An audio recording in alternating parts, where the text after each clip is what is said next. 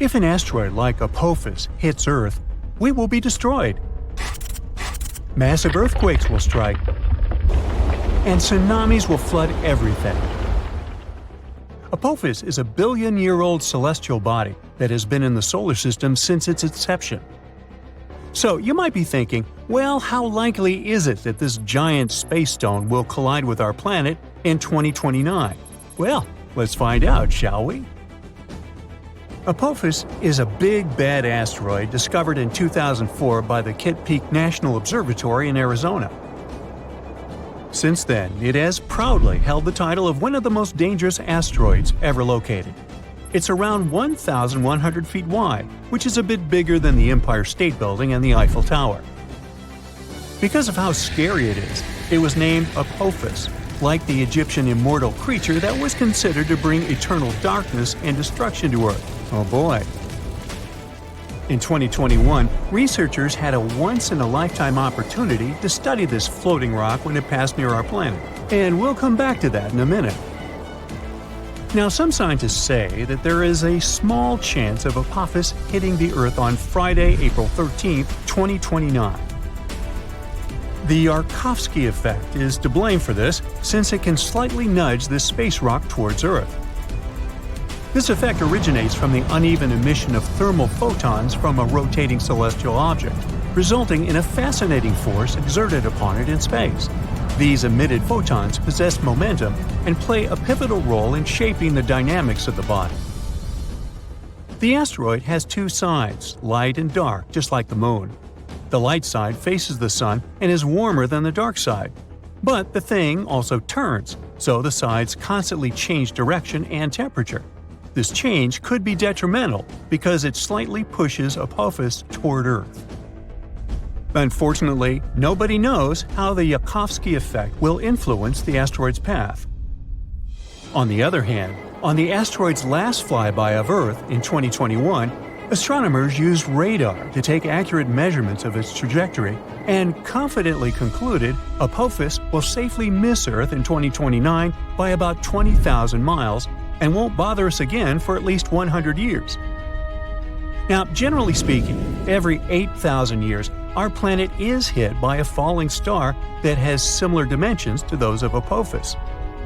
The last time we were hit by a slightly smaller meteor was in 2013. A new spacecraft developed by NASA called the Osiris Rex was launched in 2016 to collect samples from another slightly less terrifying celestial body called Bennu. 4 years later, it finally arrived at the thing, got some samples, quickly said goodbye to Bennu, and started traveling back towards Earth. The samples were safely stored in a capsule dropped in Utah. So far, this has been the most significant sample ever taken from an asteroid. After the delivery, the spacecraft didn't waste any time and started chasing Apotheus. Now, Osiris Rex has been renamed to Osiris Apex and is currently playing tag with Apotheus. With some luck, on the 2nd of April 2029, when the asteroid zips close by Earth, the spacecraft will reach Apotheus and land on it.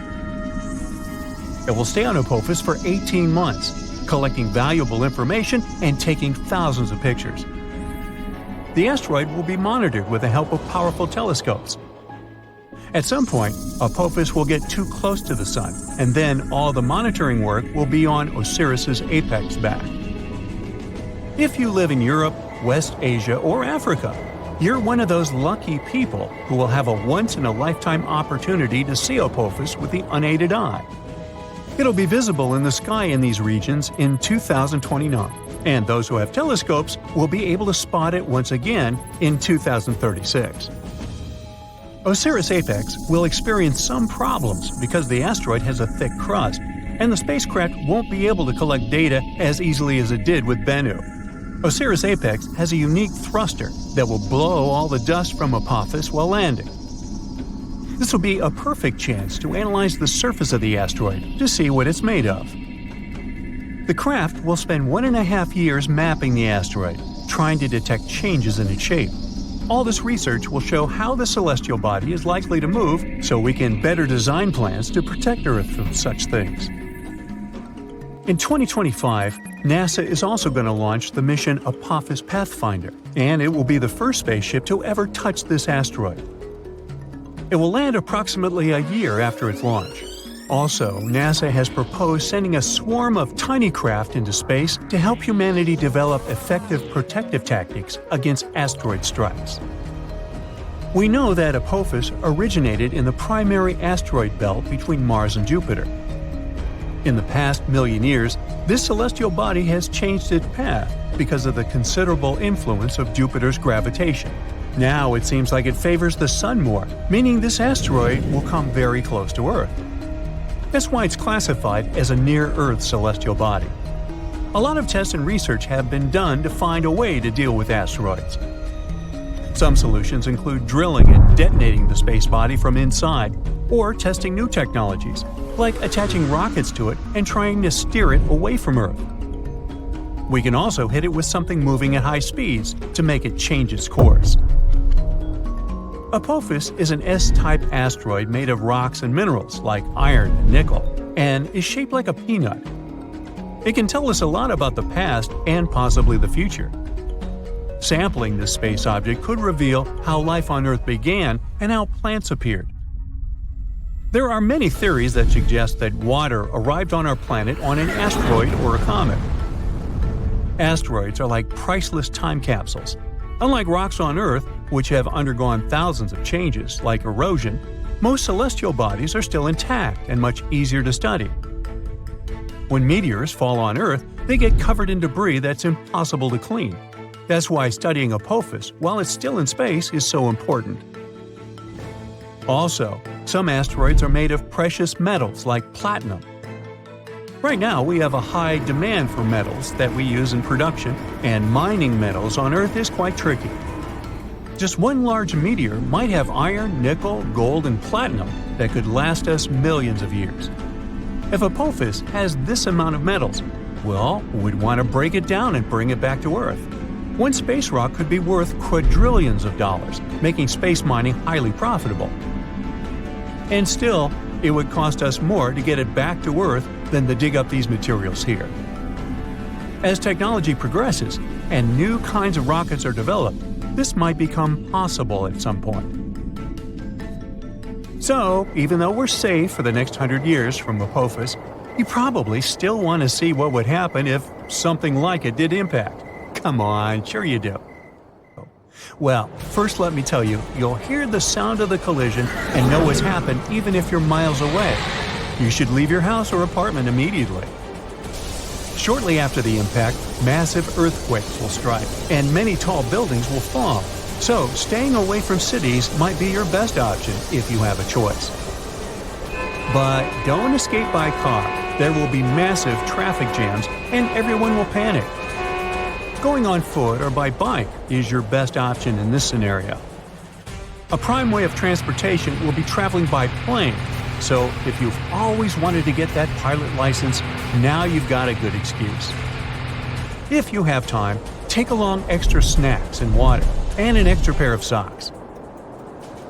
It's nice to live by the ocean or the sea, but in this scenario, it's the worst place to be, because giant tsunami waves will hit coastlines after the impact. If you live far away from the impact area, the tsunami might take 30 hours to arrive. You'll have a bit of time to prepare. So, theoretically, humans can survive an asteroid that has the potential to destroy entire planets. It won't be a walk in the park, though. Let's go back in time to 66 million years ago, in the late Cretaceous period. The Earth, before humans, where dinosaurs are thriving. The plants and animals are rich and diverse.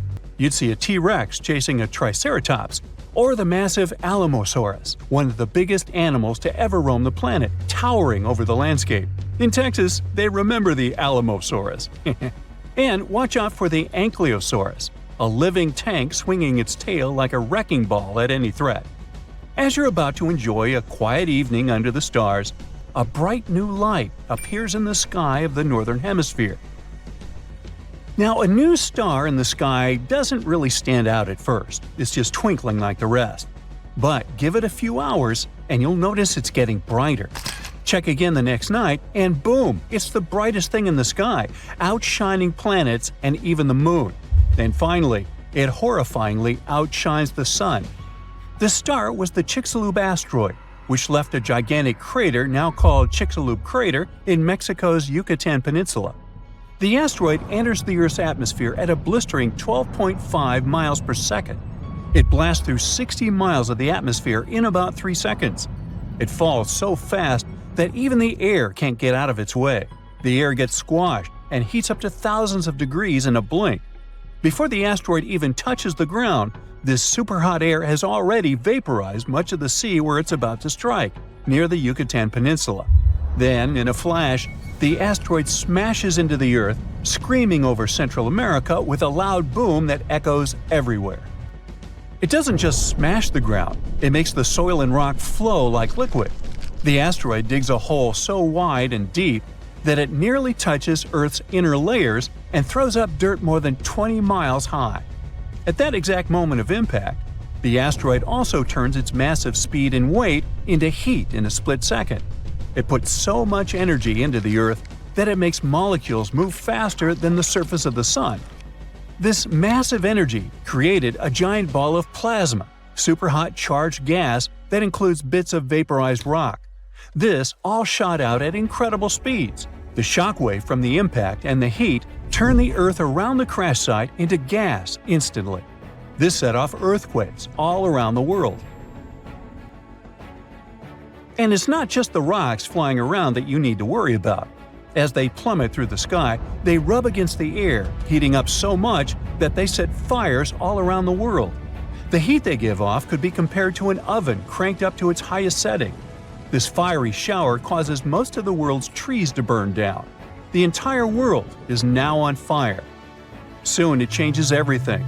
In a blink, dinosaurs were wiped out, making way for mammals to rise. And not only dinosaurs, 75% of species and big creatures disappeared, leaving behind only some small birds and critters. So, how could you, a human, survive something like that? Now, some animals made it back then. To survive, we need to learn from their resilience. The only birds that survive even in the toughest conditions are the ones nesting safely on the ground. Among the few larger animals that manage to dodge extinction, all have ways to deal with the heat. Some, like certain small mammals, snakes, and lizards, can dig themselves into cooler underground burrows. Others, like crocodiles and turtles, just hide in the water. So, if you're exactly on the other side of the planet when the strike happens, and you act super fast, you might just make it. Right now, the impact is about 10,000 miles away, but don't underestimate its power. As soon as you hear the loud boom, head underground as quickly as you can. And be careful, because you'll feel the Earth shake about 30 minutes later. Hide in a deep cave, preferably with a narrow entrance. It would protect you from the falling debris, and the temperatures underground would be stable. Also, some caves have natural water sources, rivers or streams. You might also prepare for the not-so-great diet of insects, fungi, or poor small animals that also seek refuge in the cave system. But it's better than nothing. You also need to be extremely far away from any large bodies of water. Being near the ocean might seem like a safe bet during a massive asteroid impact because the sea can buffer extreme temperature changes. But the earthquakes trigger terrifying tsunamis, even in lakes or fjords. The asteroid's crash sets off not just one tsunami, but many, and they're as tall as skyscrapers. Within an hour, colossal waves between 600 and 1,000 feet high hit the Gulf Coast, slamming into places like Mexico and the southern United States, and flooding miles inland. These waves are so powerful, they even push rivers backward. These tsunamis continue around coastlines, reaching the east coast of the United States, and 6 hours later, they hit Europe, Africa, and the Mediterranean. By 15 hours after the impact, there isn't a coastline on Earth that hasn't felt the wrath of these waves. Well, let's say you survived the initial impact somewhere deep underground, but your troubles have only begun. The Chicxulub asteroid strikes a region loaded with sulfur. This sends 100 billion tons of sulfur and an enormous amount of water into the sky. The water vapor forms massive storm clouds. They start to rain acid. In colder places, huge snowstorms bury the land under feet of snow each day. The impact also vaporizes massive amounts of oil, throwing up 150 football stadiums worth of it into the air. This oil turns into a thick black soot in the stratosphere. It coats the Earth like black paint. And even when the acid rain calms down, this carbon stays up above the clouds and doesn't wash away. This sooty layer blocks out 90% of sunlight, plunging the Earth into a cold darkness that lasts for at least 3 years. The world cools down by about 50 degrees on average. Now, when you finally leave your deep cave, you must look for places where you won't freeze. The only spots spared from the frost are tropical islands like Madagascar, India, which was an island back then, and Indonesia. These places have surviving plants and animals, and they even continue to get fresh water, unlike most of the world. Everything else in the world looks like a huge nuclear wasteland. These tropical islands are safe spots during an asteroid apocalypse, but don't think of them as paradise. These places still only get about 10% of their usual sunlight and barely enough rain to avoid turning into deserts. In this chilly, gloomy setting, most food chains fall apart. If you want to survive, you'll need to bring lots of extra food with you, for the next 6 years at least. Now, some things are lucky enough to survive. Fossils tell us that freshwater ecosystems did well, so staying close to a river or estuary might be your best shot at finding food. You could come across turtles, crocodiles, and some fish.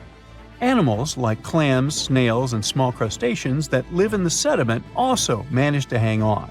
And while a bit warmer than everything else, these places are no walk in the park. You'd need to pack warm clothes to have any chance of survival. Now, if we add all this together, the best spot for surviving the Chicxulub asteroid would be Indonesia. It's a mountainous, tropical country that consists of several islands. There, you'll find bearable temperatures, a bit of rainwater, and a deep cave for shelter. This could protect you from the falling tektites, the intense heat, and even help you find something to eat in the rivers and lakes. But if you stumble upon any shrew-like creatures while scavenging for food, time traveler, please let them be. It's not clear how many survived the Chicxulub impact, and eating one could have unforeseen effects on the future of humanity. Like, don't eat your great-great-great-great-great-great-grandfather, right? Asteroids are a serious, very real danger. Some of them are big enough to cause a lot of trouble if they collide with Earth. One asteroid in particular is making headlines these days. A new study has revealed there's a small chance it could hit our planet during its close flyby in 2029. But the question is unusual. Will the asteroid survive this encounter? Apotheus, which got its name from Apous, the Egyptian deity of chaos and disorder, has become one of the most infamous asteroids. Discovered in 2004, this space object is about 1,100 feet wide. It's about the height of the Eiffel Tower in Paris. Because of its size and the close flyby predicted for 2029, astronomers classify Apotheus as a potentially hazardous object. Those are asteroids and other space objects that pass close to Earth and are big enough that we really need to pay attention to them. Right now, scientists say the chances of a collision are slim, less than 1 in a billion. So, at the moment, we can probably claim that Earth is out of danger. But the same can't be said about the asteroid itself. When Apotheus passes close to Earth in 2029, our planet's gravity is likely to shake it so violently that it may experience something like an earthquake, a cosmic asteroid quake, if you will. The stress from this gravitational force will probably cause parts of the asteroid's surface to crack off and fly into space. And even though this might not be a full-blown disaster, and the asteroid won't fall apart completely, it's very likely to lose some material during the flyby. Some of this debris might just stick around in orbit, while other bits could fly off into deep space.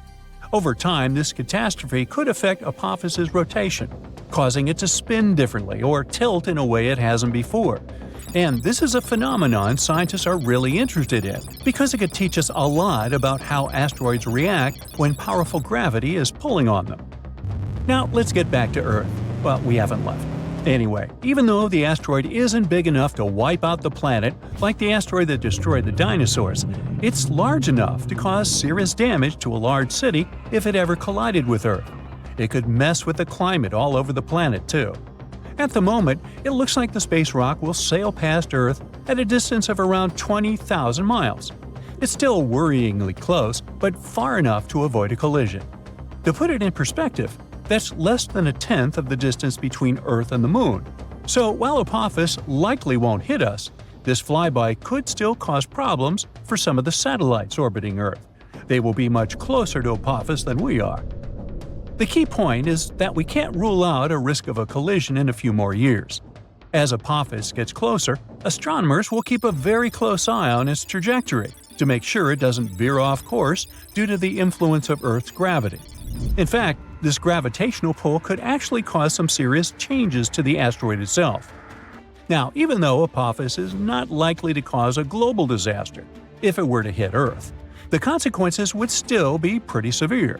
The impact could destroy an entire city, and the resulting climate changes could mess with food production for years. It wouldn't be an extinction-level event, but it would still be a huge deal. Now, Apotheus is not the only asteroid we need to worry about. Scientists are constantly on the lookout for other asteroids that could potentially cause harm to our planet. Thanks to new technology, astronomers can now track dangerous space rocks from way farther out in space. One cool new method they're using involves studying meteor showers. These showers are actually caused by long-period comets that have been orbiting the Sun for hundreds or even thousands of years. As these comets pass by, they leave a trail of dust and debris, which can end up creating meteor showers when Earth passes through them. Scientists analyze the properties of meteor showers, like their speed, direction, and where they come from. This can help them trace the particles back to their parent comet or asteroid. It's actually a big deal, because it means we might be able to spot potentially hazardous asteroids long before they get close to Earth. The upcoming Legacy Survey of Space and Time project, which is being run out of the Vera Rubin Observatory in Chile, is going to help astronomers track these space rocks from even farther away. Astronomers are going to create a detailed map of the sky and the regions where meteor showers are most likely to occur.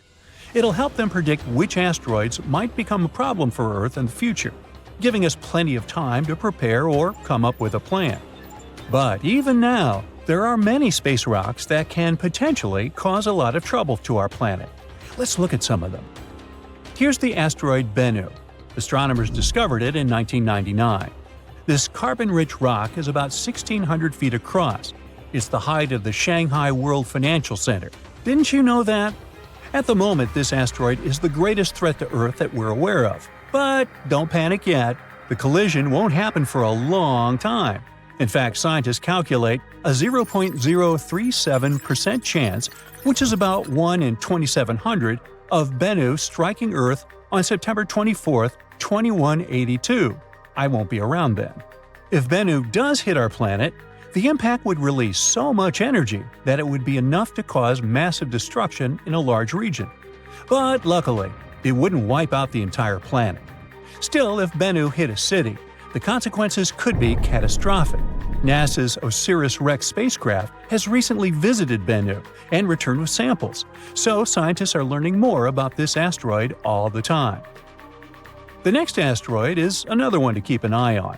It was first discovered in 1950, but wasn't seen again until 2000. Right now, scientists say there's a very slim chance, 1 in 34,500, that it could hit Earth on March 16, 2880, 800 years into the future. So, am I worried? Nah.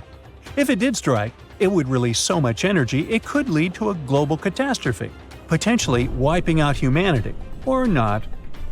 Our next asteroid has been discovered only recently. It was spotted in October 2023. It has a very low chance of striking Earth on October 10, 2119. Man, they got it down to the day? Now, if it were to collide with our planet, the impact would release a lot of energy, which would have a devastating effect for large areas. So, while the arrival of this asteroid is a long shot, this asteroid is still worth keeping an eye on. Now, this asteroid is known as a lost asteroid because it hasn't been seen since 2007. No wonder, it has a very uncertain orbit, and we can't predict its movements. NASA says there's a tiny chance, about 1 in 10 million, that it could strike Earth on March 3, 2030. If it did, the energy released would be able to cause huge regional damage. Finally, we've got this space wanderer. On the one hand, it hasn't been seen since 1979. On the other, scientists believe that there's a very low chance that it could hit Earth on December 14, 2113. Mark your calendars. If it did, the impact would cause a lot of damage and devastation, but it would not lead to the end of humanity. Now, in any case, even though the chances of an asteroid hitting Earth are low, the consequences of such an event could be huge. That's why scientists are so focused on studying these space rocks and tracking their movements. Thanks to new technologies, we can track dangerous objects from farther away and catch them earlier. It can give us more time to react and come up with some effective solutions. Imagine an asteroid so full of valuable metals that it could make every person on Earth a billionaire. Well, that's not science fiction. It's 16 Psyche, a massive metallic space rock orbiting the Sun between Mars and Jupiter. It isn't just extraordinary because of its value, estimated at $10 quintillion. That's a figure that dwarfs the global economy many times over. It also has clues about the formation of planets, especially the rocky worlds like Earth. In October 2023, NASA launched the Psyche spacecraft. This mission is to explore the cosmic treasure trove. It's supposed to arrive at the asteroid in August 2029, and astronomers hope that it will give us some insights not just about the asteroid's glittering wealth, but also about how planets form and evolve in our solar system. But what exactly makes Psyche unique? First discovered in 1852 by an Italian astronomer, it was the 16th asteroid people identified, hence its name. It stands out among the millions of space rocks in the asteroid belt for one main reason: its metallic composition. While most asteroids are rocky or icy, Psyche seems to be made primarily of iron, nickel, and possibly even gold and other rare metals. At about 173 miles wide, it isn't the largest asteroid. It's easily dwarfed by others like Ceres. But its size is still impressive. After all, its surface area is 64,000 square miles, like that of the state of Florida.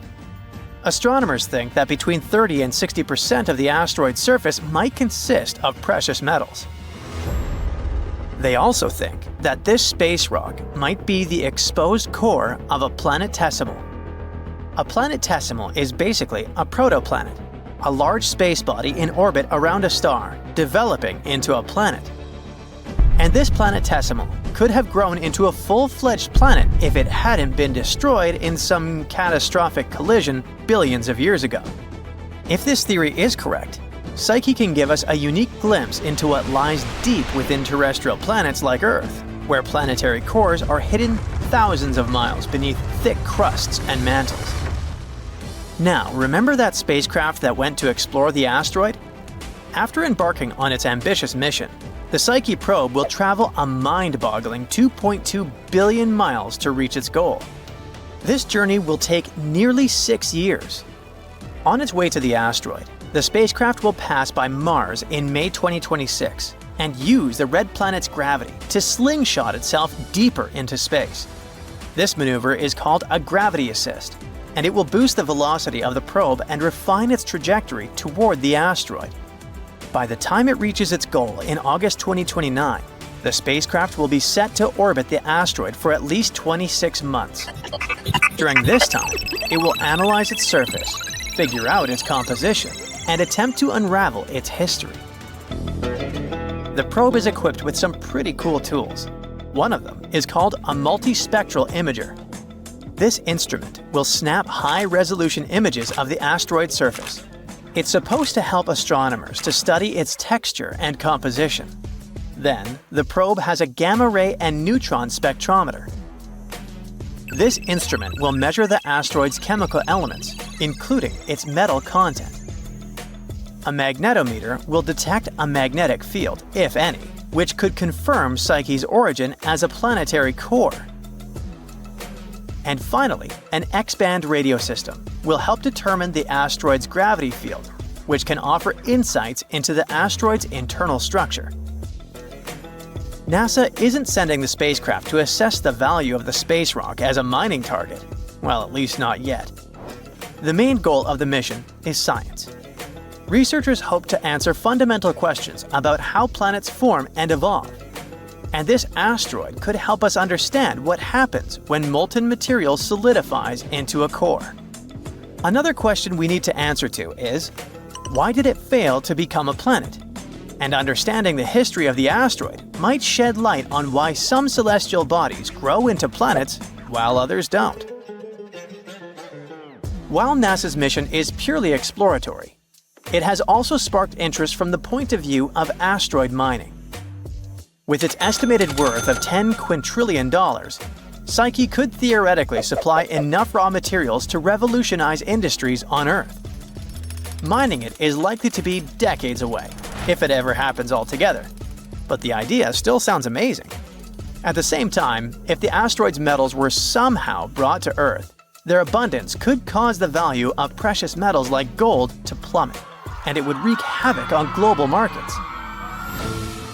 Speaking of valuable resources, let's find out how Earth got its own gold, platinum, and other rare metals. These elements, aka highly siderophile elements, have a cosmic origin story, and it's every bit as dramatic as Psyche's. These precious metals were born in violent cosmic events billions of years ago. Many appeared in kilonovae, explosive collisions between neutron stars. These metals were then scattered across space and eventually became part of the gas and dust cloud that formed our solar system. When Earth formed, those metals sank towards its iron-rich core, but not all of them ended up deep inside the planet. Destructive collisions with rogue protoplanets like the Mars-sized Theia, which most likely helped to form the Moon, trapped some elements in Earth's mantle. Recent computer models have explained how this happened. After each major collision, Earth's surface temporarily became a magma ocean, a molten layer of rock. As metals sank through the magma, they reached a partially solid layer that slowed their descent, keeping them in the mantle instead of the core. These metals then moved closer to the surface under the influence of thermal convection. That's what made them accessible for mining billions of years later.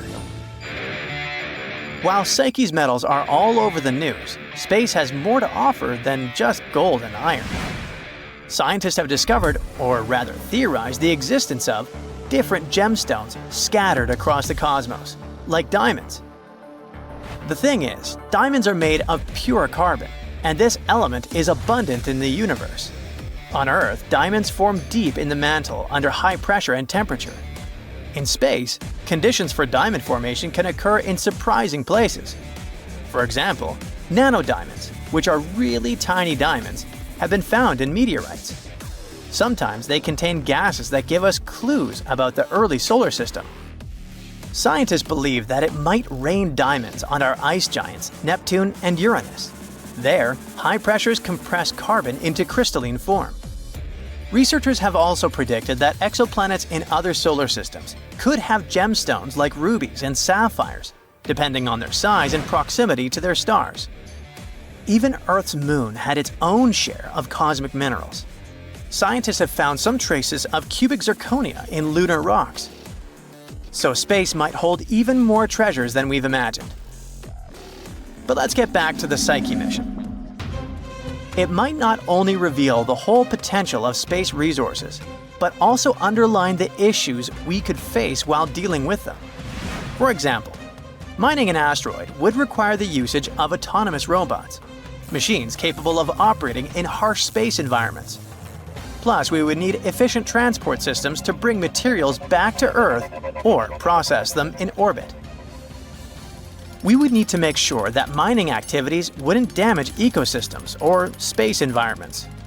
There are also legal and ethical issues, like the Outer Space Treaty of 1967. It prohibits any nation from claiming sovereignty over celestial bodies. But with private companies entering the space race, debates over ownership and resource sharing are heating up.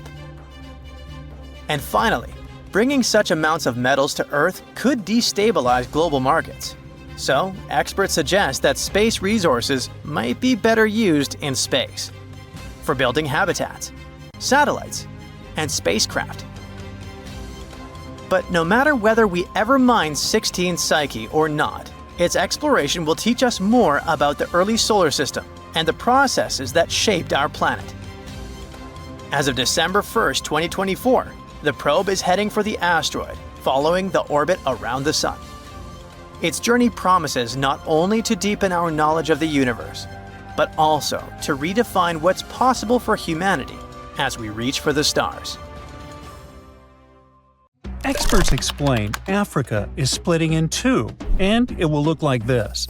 Up close, the process is even more shocking, with a massive crack stretching from Mozambique in the south to the Red Sea in the north.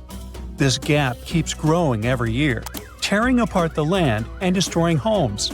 Now, specialists believe the continent could split much sooner than we expect. Africa is breaking apart because of the Somali Plate movement.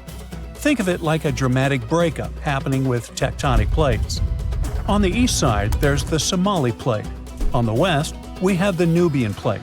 And during this breakup, the Somali Plate just wants more space, so it's pulling away from the Nubian Plate. This movement is forming the East African Rift, a region where tectonic plates are splitting apart, magma keeps rising from deep below, and a bunch of active volcanoes are being born. So this place is hot, with daytime temperatures that can soar to 130 degrees Fahrenheit, and at night they cool down to 95 degrees. Inside this hot zone, we have the Afar Triangle, also known as the Afar Depression. And its geology is fascinating, as the rifting process is causing valleys, faults, and deep cracks to form in this region. Take, for example, this massive 35-mile-long fissure in Ethiopia's desert. It's also so wide that a person can easily fit inside of it. But what's scary is this crack keeps getting bigger, growing about a half an inch every year. The Nubian and Somali plates moving apart could also lead to a new ocean forming in Africa. This type of process isn't something new. About 150 million years ago, when dinosaurs were still around, a similar tectonic shift created the Atlantic Ocean. The continents were once all clustered together, but when a rift formed in what was Pangaea, it started pulling them apart, splitting the east and west hemispheres. So, a similar thing is happening with this gap in Africa. At some point, experts say the waters of the Indian Ocean might flood the East African Rift Valley, eventually creating a sixth ocean. Now, it's a pity you won't be able to swim in its waters during your lifetime, though. According to geophysicist Ken McDonald, who specializes in tectonic faults, this dramatic rupture could happen in 1 to 5 million years. Trust me, that's considered fast in geologic terms, and way sooner than most experts thought. Now, even though you won't get to watch Africa breaking apart, people there will still see and feel the signs. They might experience intense volcanic eruptions and strong earthquakes as this process slowly unfolds. One example is related to that scary crack in Ethiopia's desert we mentioned earlier. The fissure was created in 2005, after the area was hit by 2 volcanic eruptions and 163 earthquakes, each with a magnitude greater than 3.9. A crack this deep and long on Earth usually takes centuries to form, but in this case, it unfolded in just a matter of days. That's how powerful this event is. In fact, this kind of intense seismic activity can speed up the African splitting process, and that's why it's so hard to predict the exact time frame for the event. What we know is that people are already calling this new land the Nubian continent. If the predictions are right, it will include Somalia, Kenya, Tanzania, and part of Ethiopia. That's exciting and concerning at the same time. As new coastlines emerge, countries will need to make major adjustments when it comes to infrastructure and land management. They might lose a lot of roads, houses, and other constructions currently located near or right in the East African Rift. In Kenya, for example, The fissures tore apart a busy road, and authorities desperately tried to fill the gap with rocks and cement.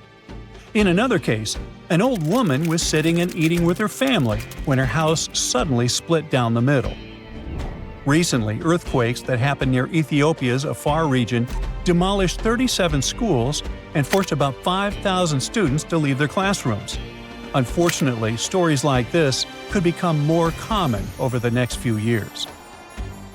But there is a positive side to all this.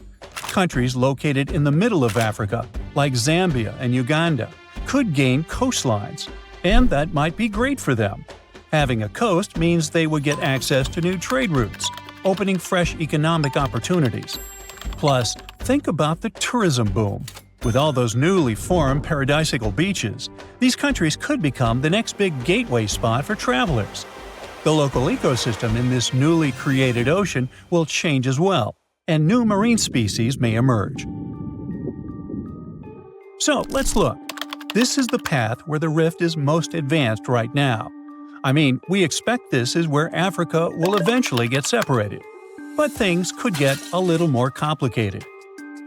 Some time ago, Michael Daly, a geologist at the University of Oxford, suggested that this rift could extend further west.